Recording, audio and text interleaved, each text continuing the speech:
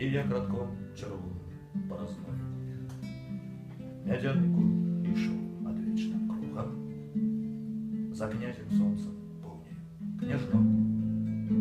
На гострой гриві кропкачі тримали і прагнули гарячої крові, а вовколаки за лесу втіковали, каб поразнув мядяний конь з крові.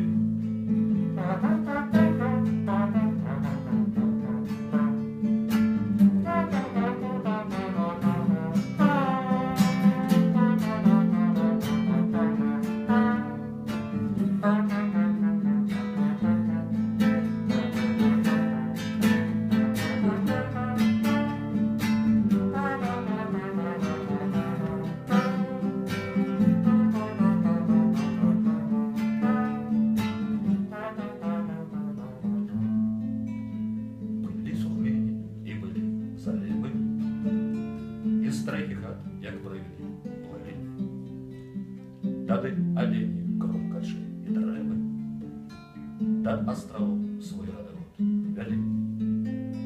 Потом спадал и ветер, як пергамент, сушил поли и оживлял луги. Птушиный шлях ночных